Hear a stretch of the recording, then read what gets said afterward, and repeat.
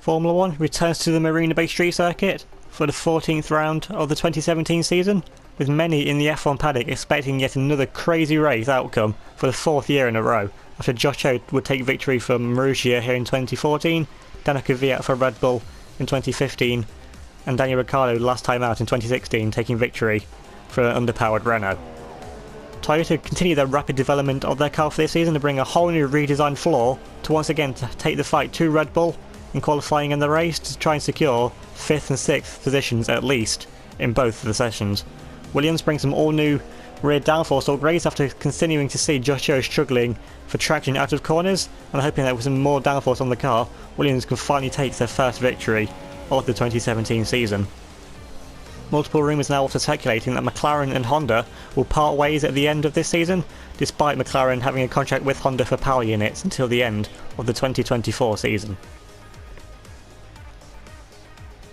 Both Williams Joes have put the new downforce to good effect, taking a front row lockout with Josh Chera getting the better of Robert Kubica by only 0.03 of a second.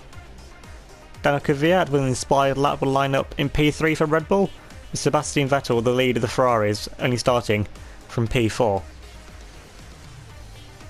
Current championship leaders Jean-Eric Vergne will start from 5th, with Lewis Hamilton putting the Toyota downforce upgrades to good effect as well, lining up in 6th.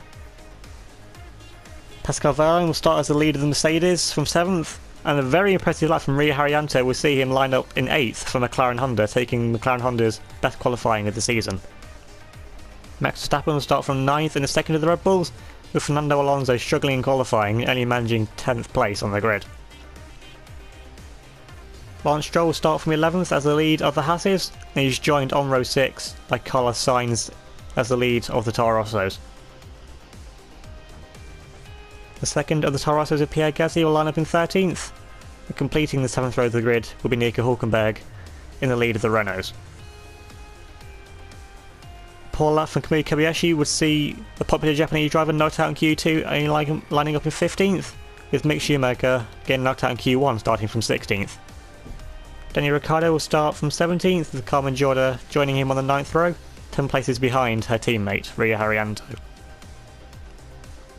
Lining up on the back row of the grid is Antonio Giovinazzi and Adrian Sutil in his penultimate race in his F1 career. Hey guys, Tara here.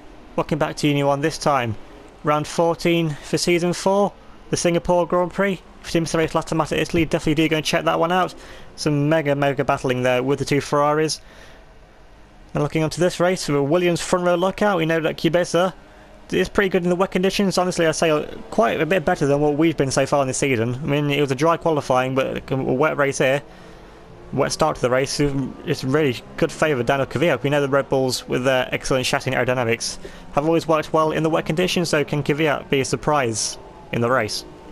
So what about Rio Haryanto? I mean, Haryanto with some mega lap to line up in 8th, getting through to Q3 in the dry, but starting in the wet, so this should really neutralise the grid even further, try and neutralise the power disadvantage that Haryanto has with that Honda power unit.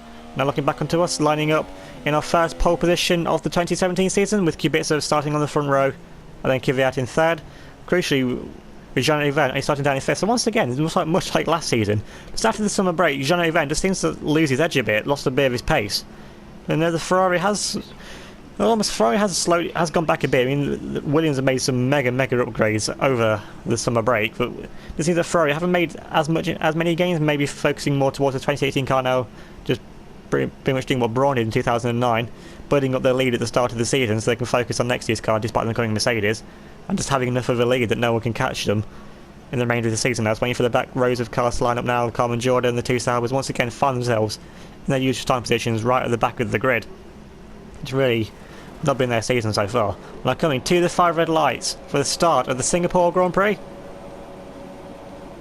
Lights out, now away you go. Can we get a good start alongside the team? Kubica looks like a pretty even start to the table. Actually, Kubica looks like he's got an amazing start there. He's actually going ahead of us now. Coming to tell Kubica is way clear of us. Now coming down into turn 1, side by side now down to Kvyat and Sebastian Vettel in the Ferrari and the Red Bull going to be side by side. Vettel on the inside line, but Kvyat trying to hold it around the outside now on the racing line. Kvyat hold it around the outside, side by side to them. Kvyat almost getting forced onto the curbing there. It's like Vettel's got the room, but Kvyat's just going to keep his nose on the inside. Is he coming up now into turn 3? Going to be side by side between the two of them still. It's like Kvyat's just going to keep his nose on the inside. Now it's going to be Cosworth Power v Ferrari Power in a direct race now. Coming up now into the fastest, but Vettel managed to get from, but Kvyat now getting some good slipstream now to try and come back now. As Sebastian Vettel goes defensive to the inside, Kvyat can try to hold it right around the outside, have to go the long way around. We can't quite manage it. Vettel managed to actually outbrake down to Kvyat even before the corner. So now Vettel moves up now into P3, demoting down to Kvyat down to P4. Got Rio Haryanto here, still doing a good job to hold on to what I think is still his starting position of P8, so a good start there from Rio Haryanto, getting a good start there. And actually still ahead of Fernando Alonso. So Alonso's got ahead of Max Verstappen. So Alonso getting half the job done, but now, once again, Alonso's previous teams are just coming back to haunt him. Remember back, I think it was to Canada, where he was stuck behind the Renaults and the McLarens then, but now he's stuck behind the McLarens in the dry once again. I mean, this isn't the first time that Haryanto and Alonso found themselves on the same piece of track, with Haryanto having to put up a mega defence drive.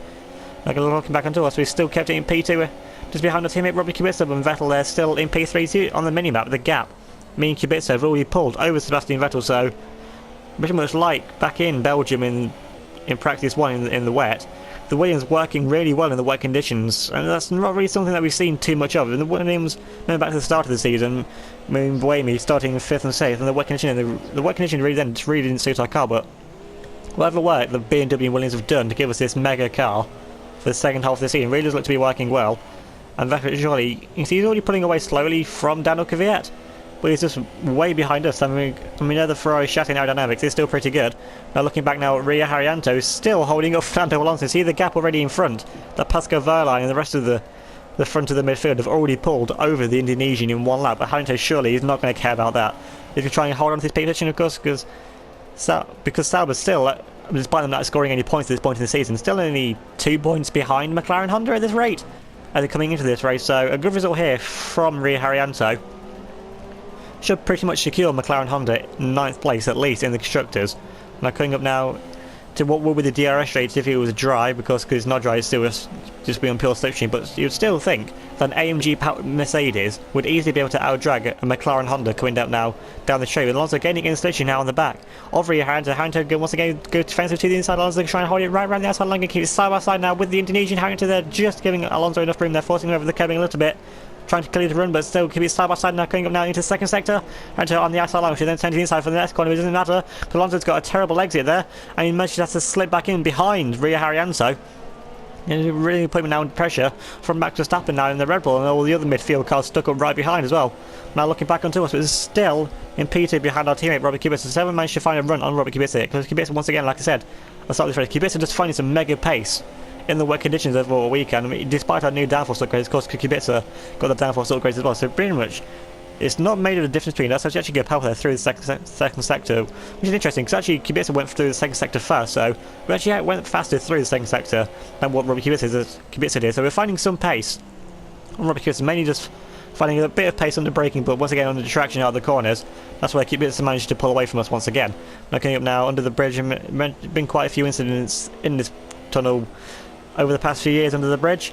Looking at around the far sector, getting quite close to the back of our teammate Robbie Kubica, so we're finding some good pace around this third sector. Pretty much this third sector, we've always had some pretty good pace right here, much like the corners with no name back at Belgium. Now once again looking back now at Rio Haryanto to see the mighty train of cars, and this is beyond a truly train. This is the all-new Haryanto train just holding up. You see every other car in the race is stuck up right behind the Rio Haryanto now. It's absolutely training cars. You can't even see Pascal Wehrlein anymore. Wehrlein's not even on the same camera shot. He's that far in front.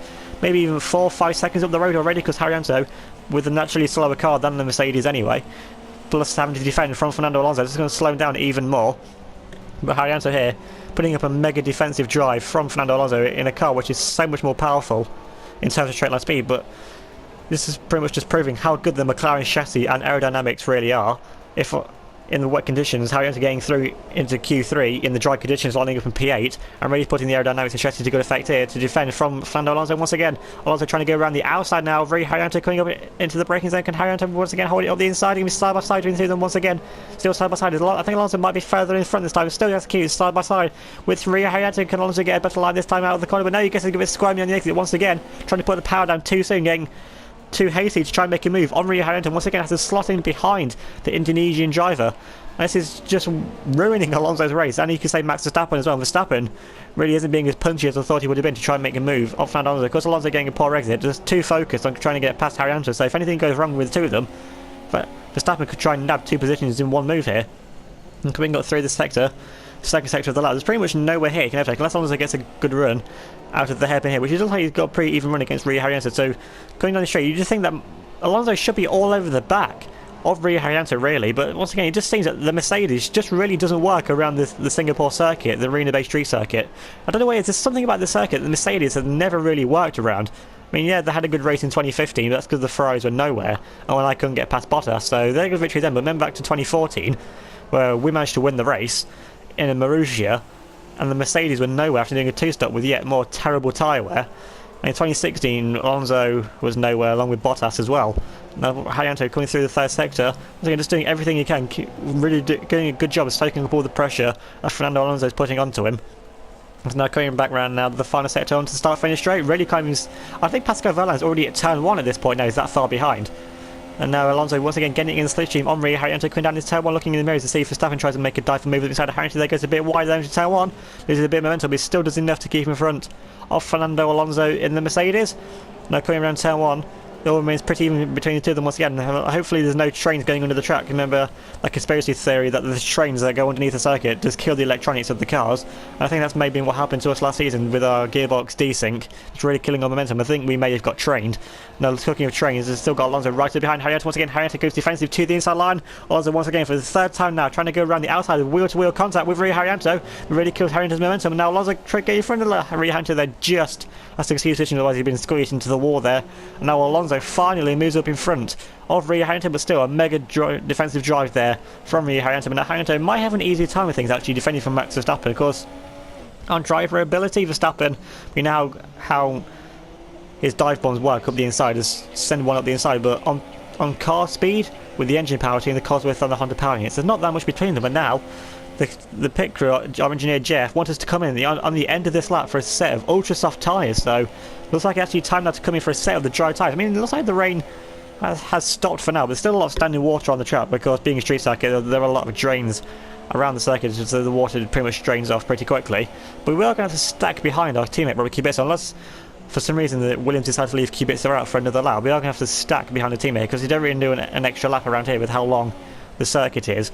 I think you'll just lose more time doing an extra lap on inters when everyone else is coming for the sale of the ultra soft tyres. So Kubica now does come into the pits now, so we're going to have to follow in our teammate and try and have to be patient here and suck it up and stack behind him. Couldn't see Sebastian Vettel's coming in. You see there behind now, Sebastian Vettel is coming to the pits as well, so it looks like pretty much everyone is coming to the pits. It's interesting to see if the Ferraris or anyone else tries to stack up as well.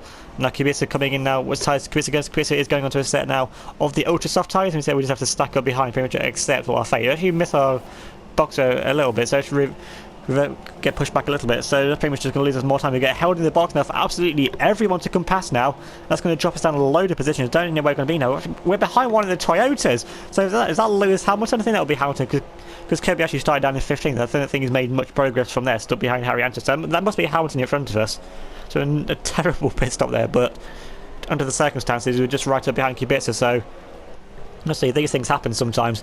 And I was going to try and put our foot down. And we've seen how much pace we had. But I think we were the fastest car in that first opening few laps of the race on the intermediate tyres.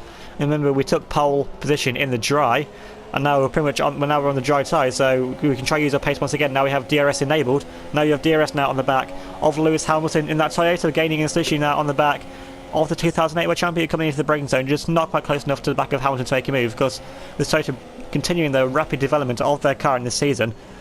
Pretty much just bringing so much upgrade to this season. I don't really know why, to be honest, because I mean they're in a tyre fight with Haas in the constructors. So I imagine if I was a Toyota boss, I'd imagine that their objective is to get 5th place in the constructors, because despite them putting up an even fight to Red Bull in the races, they're just too far behind ready to make a threat to them in the Constructors' Championship. So I imagine they're going to try and beat Haas for 5th in the Constructors and then turn focus towards Nex's car. I mean, if I was a Toyota boss, that's really what I'd do. We'd turn very early there to the hairpin, almost lop off our wheel, but thankfully we used the camber of the curving, much like we did at Monaco, to just get the car turned around the corner. So lose a bit of time there to Hamilton, but overall we see we're actually catching up now to a few cars in front of us, so It's like, was that one of the Saubers in front going side by side with a few cars in front there? So the Sauber there going really, they've pretty much just gone off the track there, almost come back in front of us there. There's one of the Saubers behind us. The Sauber there still on the intermediate tyres, so really not working out well for them. We almost will lap off a wheel once again, getting very close to the walls, playing pretty much chicken here with the barriers, how close we can get to them. We're just trying to minimise the corner apex is trying to pretty much straight line as much as we can to lose a little time. So we've got one of the cars in front of us again holding on. It's actually one of the Renaults that stayed out for an extra lap, so a few cars staying out for an extra lap. You see that style pretty much couldn't even stay on the track now on the wet tyres, and now we've got one of the Mercedes here, Pascal Wehrlein, trying to make a move around the outside of Daniel Kvyat and the Red Bull. Kvyat can try to hold it up the inside line, coming into turn 1, and there's the inside line once again, coming out through turn 2. Pascal Wehrlein trying to hold it around the outside. Pretty much going to be side by side on turn 2. Then Pascal Wehrlein gets a good run there out of the hairpin of turn 2, and then he makes a move in front of Daniel Kvyat. But now Kvyat, I think, might have DRS to come back at Pascal Wehrlein. I don't quite say he's got DRS. I think Wehrlein might have the DRS actually. So Wehrlein with DRS now just going to pull away from Daniel Kvyat, and the Red Bull now got Hamilton already all over the back of Daniel Kvyat. Now Kvyat wants to have to go defensive to the inside line, just keeps it in front there of Lewis Hamilton in the Toyota, and we've got us right up behind as well, and then quite a gap to the car behind us, which I don't quite know who the car behind us is at this point in time, but still, Daniel Kvyat. I think this would be a track where the Red Bulls excel. I mean, Kvyat got third in qualifying. We know the Red Bull has good strategy in aerodynamics, and it's Fernando Alonso behind us in the other Mercedes. And of course, the more time we lose here behind Daniel Kvyat, it's just going to allow Fernando Alonso in that Mercedes to catch up to us, if his pace is any better on the dry tyres than it is on the wet tyres. Daniel Kvyat really just haven't found the pace on the dry tyres, which he did, unless that Red Bull was set up for one lap pace to try and nab a pole position. I mean, pretty much like Monaco, if you can get pole around here, then you're in a pretty good position to go purple through the second sector, but that's not really a surprise since it's everyone's first lap on the dry tyres, the ultra soft tyres, so everyone will be going faster in the same purple sectors through the sector. Of course, now it's going to be pretty much be almost like a happy hour at this point of just fastest laps, lap by lap, with everyone saying fast laps, because as the track dries out, we'll just lay down more grip on the tyres anyway, so the track will just rubber in at each lap now that goes on in the race. Now coming through the final sector, we're getting quite up to going to the back of Hamilton as Kubica sets the fastest lap there of the Grand Prix. So Kubica finding some good pace now, and we have DRS now on the back of Lewis Hamilton coming down to turn 1. Hamilton of course still has DRS on the back of the Red Bull in front of him, but still pretty much just has to remain in status quo through turn 1. Now coming through turn 2, try and get dive around the outside of Hamilton. We just haven't got enough alongside to try and find a move around the outside of Lewis Hamilton. All this is just allowing Fernando Alonso and the cars behind to catch up to us. Now as we come around now, what is the first of the DRS straights. Now Hamilton will have DRS on the back of Daniel Kvyat. Kvyat is already out of DRS range on the back of Pascal Wehrlein. Now Hamilton with the DRS, he can try and make a move on Daniel Kvyat. Kvyat goes defensive to the inside line, coming up now into the first sector. Kvyat with a huge lock on there, forcing Hamilton out wide. We just dive up the inside of both of them there. We're just very opportunistic move there for both. Daniel Kvyat locking up horribly on the inside line, forcing Hamilton out wide. And I mentioned making a move there on the 2008 world champion and Daniel Kvyat. So Hamilton, despite getting past Daniel Kvyat and net, has remained in the same position, but Hamilton doing what he needs to do, doing what Toyota has set out to do. And currently, as it stands, I don't know where Verstappen and Kobayashi are, but at least one of the Toyotas is now beating one of the Red Bulls, which we know is Toyota's main aim for the remainder of the season, to take the fight to Red Bull. And now we can try and chase down after Pascal Wehrlein, who's got maybe 3-4 second lead on us. Now we can try and set down Sebastian Vettel, who's trying to chase down our teammate Robert Kubica, who's in the lead now of the Grand Prix still. Now moving on now to lap 11, 5 laps further on, we've now caught up to the back of Pascal Wehrlein, who's got Hamilton still behind us in the Toyota. And on the minimap you can see that dot behind us is Hamilton. And they've got quite a gap to Daniel Kvyat, so Kvyat really not finding the pace on the dry tyres. So that Red Bull must have been set up for one lap pace to try and get a pole position and then hopefully try and defend from us. But now we have DRS on the back now of Pascal Wehrlein, going up now into turn 1. We're just too far behind the back of the young German, trying to make a move on him. You see, we're just gaining so much time on this Williams, and there's something about this Singapore circuit really suits our driving style. And we've seen from the last race that I think the Williams might actually now be the car to beat on pure pace. Now come now to the second of the DRS. Now we've got Daniel Kvyat now out of the Grand Prix. Now we've got, is the safety car deployed? This is what DRS has now been disabled, which has been called out. Now we've got a safety car called out now. So nightmare race for Daniel Kvyat. And that may actually explain why he was going so slowly, if he's had some sort of car failure, unless he's had a crash. And actually he's got one of the throws now. He's Jean-Eric Vergne coming up behind him. Of course, Vergne and Kvyat, the teammates from last season, the Ferrari and Jean-Eric Vergne just seemed like the dominant combination of the early part early half of the season. And now what's going to happen here is coming down the main straight. So unless they have a crash, I don't really see what's going to happen here to Daniel Kvyat. Kvyat going to the pit? No, Kvyat's staying out. Unless he gets it wrong around here, which he doesn't look like he has. So I don't really know what's going to happen to Daniel Kvyat here in a straight line. He's got Alonso up in front of him. I can tell you, engine failure for Daniel Kvyat. Now Vanier, they're getting a face full of Cosworth power unit. And that pretty much just ends the nightmare race for Kvyat. Now moving on to the end of the lap we're on, and actually the team have called us in now for our second stop of the race to go into another set of the ultra soft tyres. It's like everyone else is using this safety car period to come in for a second stop as well. So we've got one of the Ferraris in there, Sebastian Vettel, we've got Pascal Wehrlein coming in as well. Once again, we just missed our pit box slightly, and after we get pushed back a bit, we're going to cost a bit of time, but there's no one else in the pit lane behind us. Hamilton was far enough behind that because we were on the safety car, it's not going to cost us anything. We're still going to come out behind Pascal Wehrlein. And you can see on the camera, there's actually no one else coming down the start-finish straight now. There's actually a car coming around the final corner now, as I say that, but us top four so far in front of everyone else, with Daniel Kvyat now being held up and all the faster cars trying to make their way through. Now cutting a bit further on behind the safety car, taking a look now at the running order.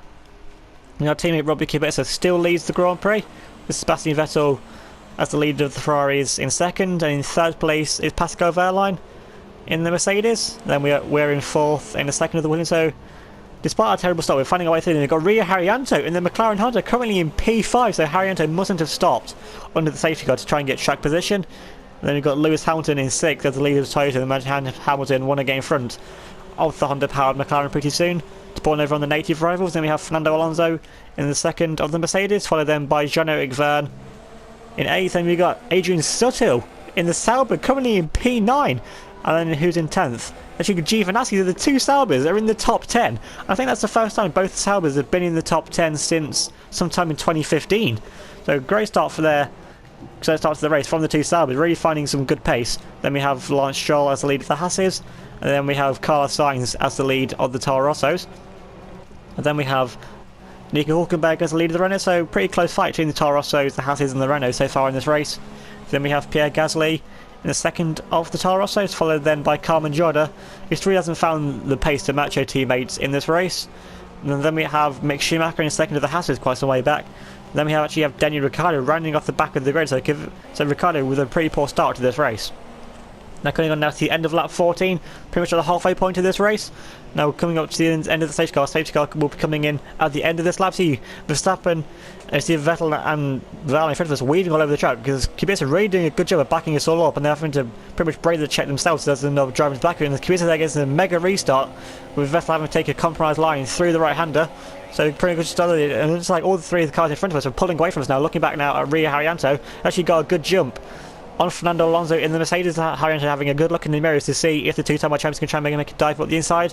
Coming into turn one, which he doesn't make a dive. Of course, no, we know DRS once again for the next 2 laps. Of course, when we have a normal safety car, the DRS is disabled for 2 laps afterwards, unlike a VSC where it's back to racing speed straight away. But now we can see now, we still Haryanto can hold off in the wet conditions. Can a McLaren Honda in the dry hold off from Mercedes AMG in the dry? Now Alonso trying to go around the outside once again. It's a breeze past Haryanto even before the braking zone. Now trying to make a dive on the inside. No, they can't quite make a dive on the inside. Now we've got Jean-Eric Vergne that's going to drive right from the outside once again. Over Haryanto just slowly starting to drop back now into the dry conditions. I imagine McLaren are hoping it'll stay wet for probably the whole race. That Haryanto could try and just hold on to positions. And now we've got Adrian Sutil trying to chase down after the Haas of Lance Stroll in front, and you've got one of the Saubers being split there by one of the Toro Rosso. Now we've got Giovinazzi trying hard off now from the Renault of Nico Hülkenberg. So this is honestly Sauber's best chance of scoring points this season. They're up in the top 10, and of course it's the top 12 that score points, and surely this is going to be Sauber's best chance of scoring points.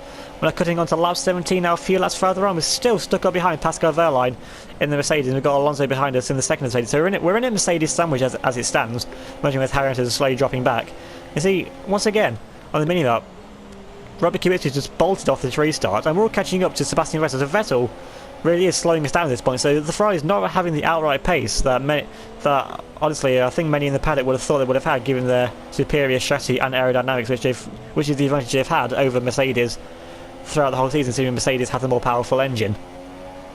Now coming around the final corner, we now have DRS on the back of Pascal Wehrlein, but of course Wehrlein still has DRS on the back of Sebastian Vettel up in front. Of down to turn 1 remains in the status quo. We've got Fernando Alonso still behind us in the Mercedes, pretty much in a no man land of his own. Now coming around turn 1, getting a good run on the back of Pascal Wehrlein, getting a much tighter line there, getting a much slower line Now coming up now, we're looking up now with DRS. Who sees this time if we make a move on the back of Pascal Wehrlein now coming around turn 3, getting pretty up close to the back of the gearbox of that Mercedes AMG, because Wehrlein still just about has DRS on the back of Sebastian Vettel there, really just being the cork in the bottle, holding up me and Pascal Wehrlein.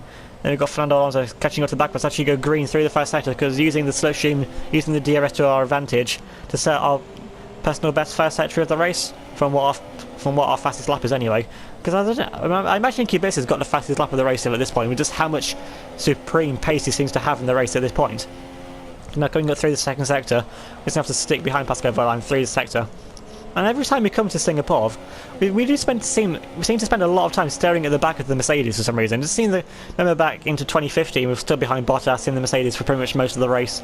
And then in 2016, in the final few laps of the race, we stood behind Bottas as well. Because if Bottas didn't take a sabbatical out of Formula 1, then he would still be in what is Wehrlein's car. So this is technically still what would have been Bottas's car. So he was still stuck behind this, what would be the same Mercedes once again. There's something about this Mercedes that we just seem to follow in Singapore.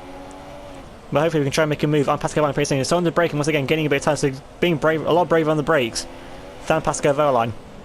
And that Ferrari up in front is pulling away from us. So imagine that Wehrlein, we're just filling up Wehrlein's mirror, so putting off solid, so Wehrlein not finding the ultimate pace of what he can. I mean, we've kept with Sebastian Vettel, and now we have DRS once again. We don't get it better on that final corner because getting the dirty air on the front of our Williams from the back of Pascal Wehrlein's Mercedes. Going into turn 1 once again, we're just not quite close enough to the back of Pascal Wehrlein to make a move coming on back once again, trying to make a dive around the outside, trying to make a switch right line to the inside, trying to get a better run. We get a pretty good exit, but there we go, put the power down a bit too soon, get a bit squirmy on the exit. Now coming up now into turn 3, Wehrlein gets defensive to the inside line. We just get a pretty poor run there out of turn 3. We lose quite a bit of time there. Now we'll still have DRS on the back of Pascal Wehrlein, but Wehrlein will still have DRS on the back of Sebastian Vettel. Once again, it just remains how it was, with Vettel in second, that's it in fourth, and Pascal Wehrlein in third. And I'm cutting all the way now to lap 20. As you can see, it's now raining once again. You see a few specks of rain on the camera lens. I'm still stuck behind Pascal Wehrlein, and Vettel's actually pulling away from us slightly there. So Vettel finding his pace in the wet conditions over in the dry conditions, using the chassis and aero of that Ferrari clearly to his advantage. And Wehrlein's still stuck having to defend from us now. And Wehrlein doing a really good job of defending, because this is only Wehrlein's second season in Formula 1 and already up at the big team. Pretty much like Daniel Kvyat in real life, getting promoted to Red Bull from Toro Rosso after one season, 2014-2015. Now coming down now into tower once again, still getting a very good run on Pascal Wehrlein under braking, but there's still nothing we can do. Once again, running out a bit wide, it's just getting too late on the brakes and have to pretty much brake check ourselves so we don't hit into the back of the young German. And they're coming up now through turn 3 once again, because DRS is still enabled, so it's still not quite time for the wet tyres yet, because DRS is still enabled, and that pretty much means it's still safe enough to be on the slick tyres. And they're coming up now down into turn 4. So yeah, we're going pretty much only 1.5 seconds slower than our best lap. So it's still not quite time for the wet tyres here, if only using a second and a half through the first sector of the lap.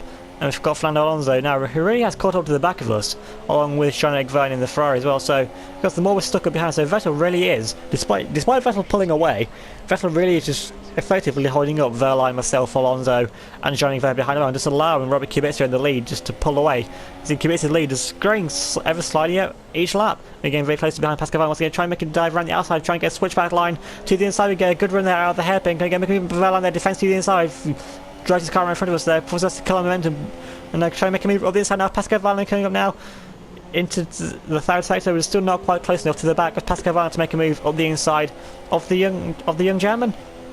All this time, this is just allowing Fernando Alonso to catch onto the back of us and just pretty much securing Sebastian Vettel in second. And of course, the more time we spend behind Pascal Wehrlein, then it gives us less time to try and attack at Sebastian Vettel for a second position and get somewhere close to our teammate Robert Kubica to try and take the victory of this Grand Prix, or at least a Williams 1-2.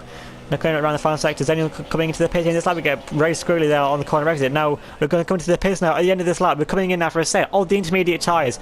Fernando Alonso and Jean-Eric Vergne looks like they're staying out for yet another lap, so clearly Alonso and Vergne don't think it's time yet to come in for a set of the intermediate tyres, otherwise surely they would have stacked behind Vettel and Pascal Wehrlein.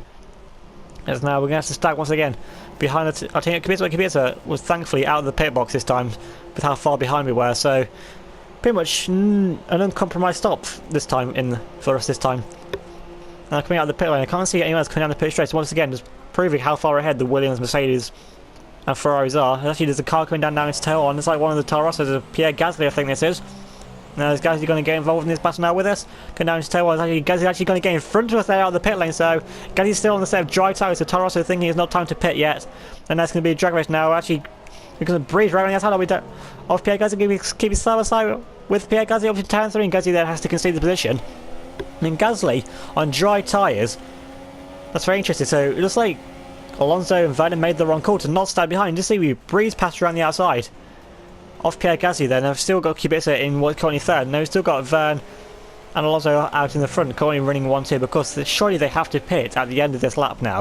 You can just see from how much wheel work they have to do for getting a good view of the front left wheel, of how much control they're having to do to not bin these two cars into the wall. Because we've seen, remember back earlier in the race, we had that Sauber skidding off of the track on the intermediates on dry, when it was dry conditions. There's now wet tyres on a dry tyres on a wet track. That's going to be even worse. It's just pretty much proving the skill that Fernando Alonso and Jean-Eric Verne have. Just see they're just crawling around, getting pretty much half the speed of what we will, as they're coming up now around the third sector lap. Only got a few more corners left to go before they manage to get back into the pit lane. If they don't spin the cars into the wall, that is. And they're coming under the bridge there. It's pretty much the only dry place left on the track. And they're coming up now through the final few corners. Surely Alonso and Verne are going to pit now at the end of this lap, but surely there's no way they're going to stay up for yet another lap. Now Alonso does come into the pits at the end of this lap, and is Verne following in? Verne does follow in Fernando Alonso. So it looks like Alonso and Verne really have made the wrong decision here. Of course, unless Ferrari and Mercedes made the call for them to stay out and not stand behind, but you've seen how slow they were going on that lap. Surely they've just lost more time doing that extra lap than they would have lost doing the stack behind their teammates. We're going to see now if they do come out, one, if they do come out behind us, and two, if they do, how far out behind us going. So you know, there's Sebastian Vettel now going down the start finish straight, along with Pascal Wehrlein, and then ourselves as well, is going through the flash of that white car. And we already come down into tail one, so Alonso and Verne have lost out massively, lost at least 5-6 seconds, I'd say, there at least. And now Kubica retakes now the lead of the Grand Prix, as now we're onto lap 23-31, so still 8 laps of this race left to go, currently in P4 now, 16, so only 16 runners left now in the Grand Prix, so few cars falling by the wayside here. So this is pretty much, unless it's the two Saubers that are now out of the Grand Prix, Sauber could be on for a really good chance of points here, because at this rate there's only 4 cars that won't score points, and the Saubers were running in the top 10 earlier on in the race. So if they can just put up a mega defensive drive like Rio Harrington was to Fernando Alonso, then Sauber could be on for some very good points in this race. Now through the second sector, getting a bit squealy there, because now back on the intermediate tyres. So we had some good pace on the intermediates earlier on. Now coming up now through where the Singapore Sling used to be, and as much as I missed that corner, the Singapore Sling, that really wouldn't work with the wider cars. I mean, remember back how many crashes that triple chicane caused with what was the thinner cars, the 1.8 metre wide cars, and if it was 2 metre wide cars, there's no way we'd be able to get around that corner without mounting the curb and probably lopping off bits of our front wing. Now gaining on Pascal Wehrlein, now coming up now, instead to fake a move there on the inside of Pascal Wehrlein, and everyone's out wide, and locks out wide, everyone's wide, now we're up in front of Pascal Wehrlein, making the move on the young German now up into the podium position, and now we can try and chase down after Sebastian Vettel. The Ferrari has pretty much been the bottleneck holding us up now. There's pretty much the entire Grand Prix that we've been stuck up behind him. Now coming under the bridge, here we're already gaining lots of time on Sebastian Vettel. They're taking it really cautious, unless he has some kind of problem in that Ferrari, just making him go so slowly. And we're already pulling away from Pascal Wehrlein. The proximity error, you see, we haven't even got a proximity error now to Pascal Wehrlein. We're finding some good time on these intermediate tyres. Now to come around the final few corners, pretty much keeping the power down with using our new downforce upgrades to our advantage. You see now we're under a second behind Sebastian Vettel now already. Now as we come down to turn 1, pretty much over a second clear of Sebastian Vettel. Now coming a bit further on, I'm still behind Sebastian Vettel, getting in the slipstream of the 5-time world champion. Can't even see Pascal Wehrlein in the mirrors now. Wehrlein is that far behind us. Now coming down this turn 1, we're just a bit too far behind Sebastian Vettel once again, trying to make a move on the 5-time world champion. Now coming up now, round turn 2, try and get a good run out of here, try and use the power down. Once again getting a bit squirrely on the exit, trying to put the power down a bit fast, because with the might and the power of BMW power unit, pretty much we do have to use a bit of throttle control, because with our power advantage comes more wheel spin. Now we will have the switching now BMW power v Ferrari power coming out now into turn 4, trying to make a move on the inside of Sebastian Vettel. It's like we're just not quite close enough to the back of Vettel. We have to stick behind Sebastian Vettel for a bit longer in P3. With Pascal Wehrlein falling into a no man's land of his own now in P4, and I think Fernando Alonso in the second Mercedes is still in P5. And see, yeah, Fernando Alonso is still in P5, so 4-5 for Mercedes as it currently stands. Now cutting a bit further on, looking at a battle further back now, got one of the Renaults of Daniel Ricciardo holding up one of the Hasses, which I think is Lance Stroll. And it's pretty much like us, Stroll has the easy power advantage over the Renault, but of course the Haas aerodynamics and chassis isn't quite there, so Stroll pretty much having to feather the throttle here to not get a lot of wheel spin, because with that Renault having less power from the power unit, the Renault Daniel Ricciardo will be getting a lot less wheel spin. So despite the Renault being on paper the slower car, in the wet conditions the Daniel Ricciardo might actually have the advantage here, because of course less wheel spin from a less powerful power unit, but he's able to put the power down with possibly better aerodynamics. He's going to be doing a lot better in the wet conditions, but Stroll with that might of the BMW power unit can possibly try and get somewhere close to Daniel Ricciardo to try and make a move on the Australian, and they'll come around the final few corners. You can see through the corners Ricciardo pulling away from Lance Stroll, so it really is advantage Daniel Ricciardo as it stands. Now cutting now onto lap 29, so only 2.5 laps left to go in this race. We're now down to 15 runners, so surely Sauber have got to get some points out of this race. And now coming up right behind the back now of Sebastian Vettel, coming up now into turn 4, we're just a bit too far behind once again to make a move. On the far side, we're trying to running out a bit wide over the curbing there. Thankfully we don't spin out over the curbing, because you know, remember back to Hungary with Hamilton put a wheel on the white line, pretty much locked and went straight on and getting us a position there. Now we still got Pascal Wehrlein in the Mercedes behind us, along with Fernando Alonso in 5th in the second of the Mercedes, and Vettel getting a good run out of the corners. Just using that traction, using that downforce advantage. Imagine Ferrari have turned his engine up now to try and hold on to this P2 position, pretty much where Vettel has been since lap 4, since we changed from the inters to the right tyres the first time. Trying to go around the outside now of Sebastian Vettel into the hairpin, trying to get a run around the outside, just can't quite manage it. And Vettel there getting a pretty good run out of the corner, managed to keep it in front of us now. Coming up now, can try making a move on the inside of Pascal on Vettel, like we did on Pascal Vettel, can make a dive on the inside of Sebastian Vettel, keep side by side with Sebastian Vettel, but Vettel on the racing line, just going to get the move back round the outside of us to keep it in that P2 position. Of course, the more we battle, the more it's going to allow Pascal Wehrlein to catch onto the back of us. Now coming up through the third sector of the lap, pretty much nowhere through here, we're going to have to make a move on Sebastian Vettel. We're just going to have to stick behind the Ferrari through these corners. And of course, you can't even see Robbie Kubica on the map anymore. He's that far in front. So Kubica with some mighty pace in this race, mega pace. Of course, in the wet conditions, Kubica pretty much has looked unstoppable ever since Belgium in that FP1. And now coming up now to lap 30, so only 2 laps of this race left to go. Running out of opportunities to try and make a move on Sebastian Vettel. As he come down his tail once again, Vettel actually pulling away from us at the end of the lap. So Vettel with some good straight line speed in that Ferrari. So is that Ferrari a lower drag?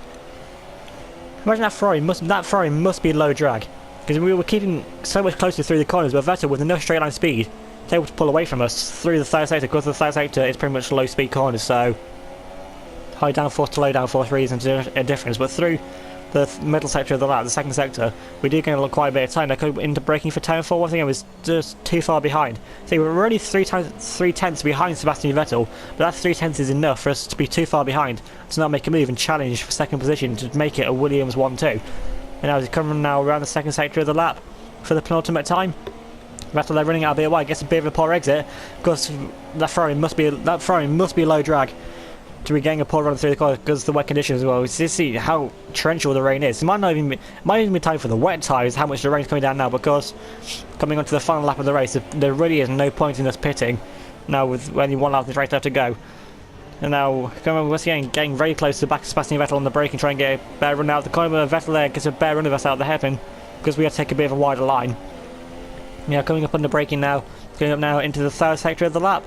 See how much lower, 11 seconds slower down on what our fastest lap was in the dry conditions, so pretty much proving how slow we are now. Surely this is full wet tyre weather now. This is pretty much getting to monsoon weather. See, thankfully, though, the track lights aren't really reflecting off of the side. Get very good, actually hit into the wall there, almost lop off our front wheel. That could be very, very risky there, almost lopping off our front wheel there onto the wall, almost throwing away what would be a podium position. Of course, we're still ahead with Jean-Eric Verne, so we're still going to gain points on the championship leader, Jean-Eric Vergne. Looking at around the final corner for the penultimate time now to start lap 31 to 31, the final lap now of the Grand Prix. You can see now we're 8 tenths behind Sebastian Vettel, so Vettel there with a good final sector. Of course, we lost a lot of momentum hitting into that wall there before the bridge, because like I said earlier on in the race, there's been quite a few incidents around there, and we almost added to the list of incidents under that bridge section. Now coming up now to what would be the first of the DRS straights if we're in dry conditions still. Now this is going to be surely our final chance to make a move on Sebastian Vettel, with the team Mercedes looming ever close right behind us now, gaining in the slipstream on the back of Sebastian Vettel. Once again, we're still not quite close enough to Sebastian Vettel coming on now to break it, but Vettel locks up, runs out wide. Vettel just bottled it on the final lap. We make the move in front of the 5-time world champion Sebastian Vettel and get up now into second position. It's currently a Williams 1-2 as things stand, but surely is Vettel going to try and fight back us? Vettel does have the pace on us around the second and third sectors, it seems, and we just can't keep close to him. And now Vettel is actually falling away from us now, so Vettel, surely without a low drag Ferrari, just through the corners isn't gaining his time, but coming up now through turn 8 and turn 9, Vettel is gaining on the back of us, but I don't think there's anywhere that Vettel could try and make a move back us. He can go for a dive with the inside coming into the hairpin. Thankfully he doesn't. See Vettel there on the left hand side actually has a bit of front wing damage, so that might explain why he was going slower than we were. But now Vettel gaining is actually falling away, so not actually gaining anything on us, actually falling away, falling into the clutches of Pascal Wehrlein in the Mercedes car. Good Wehrlein nabbed third place on the final lap of the race. Now looking at Robbie Kubica, it hasn't put a foot wrong all race, has led the race from start to finish, effectively, if you don't count Jean-Eric Vergne and Fernando staying out for that extra lap on the dry tyres. But now only 2 corners left to go for Robbie Kubica. Robbie Kubica comes around the final corner, coming on the finish line, and Robbie Kubica wins the Singapore Grand Prix to take his first victory since Canada 2008, and his first victory for Williams BMW. Let's see the fireworks going off now, the trees glowing there in the light.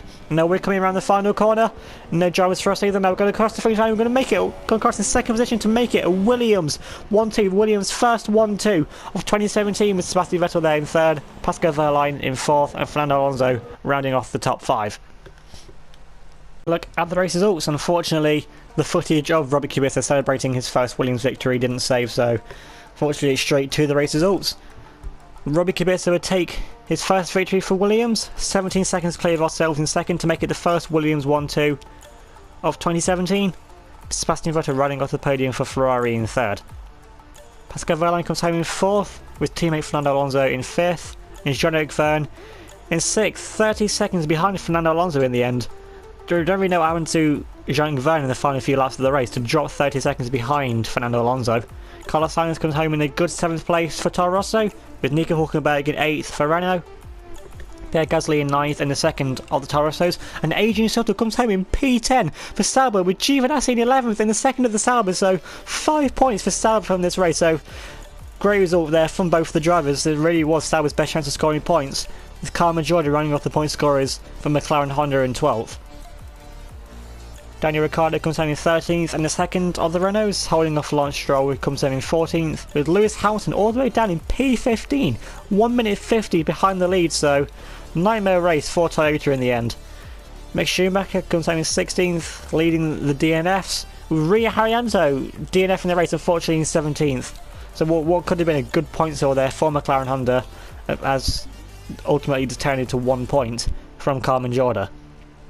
It'll be a double Red Bull DNF with Verstappen in 18th, Kvyat in 19th. So nightmare race also for Red Bull. And Kamui Kobayashi comes home in last as what would have been the first of the DNFs. Moving on to the driver standings, and now Jean-Eric Vergne had a 38-point lead over teammate Sebastian Vettel. Now we move up into third on 136 points, only 6 points behind Sebastian Vettel. Fernando drops down to 4th on 135 points, 1 point behind us. Alonso is now 11 points clear of his teammate Pascal Wehrlein, who's in 5th on 124 points. Daniel Kvyat's in 6th on 101, with Robert Kubica now up into 7th on 85, 5 points clear of Verstappen, he's in 8th on 80. Lance Stroll is in 9th on 62 points, 3 points clear of Lewis Hamilton in 10th, with Sebastian Buemi in 11th, and Mick Schumacher running off the top 12 for Haas. Nico Hülkenberg in 13th on 31 points, with Carlos Sainz now moving up into 14th with 24 points, dropping Kobayashi and Daniel Ricciardo down to 15th and 16th on 22 and 21 points. with Pierre Gasly in 17th also on 21 points. Esteban Ocon's in 18th with 18, with Adrian Sutton now in 19th on 3, Giovinazzi in 20th on 2, with Carmen Jorda in 21st with what should say 2 points instead of 1, with Haryanto in 22nd with 1 point, so it's just Thomas Laurent and Nico Kari now on 0 points. To the constructors standings, and Ferrari now have a 63 point lead over Mercedes and 322 points to Mercedes 259, with Williams now in a comfortable P3 on 225 points.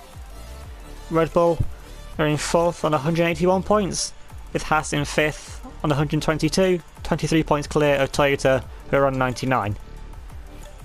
Renault are in 7th on 52 points, 7 points clear of Toro Rosso who are on 45, and Sauber will move up into 9th place on 5 points, now 2 points clear of McLaren Honda, now drop down to 10th position. And this could mark the end of the McLaren Honda partnership. I mean, it is rumoured to be ending at the end of the season, and this could just be the final nail in the coffin.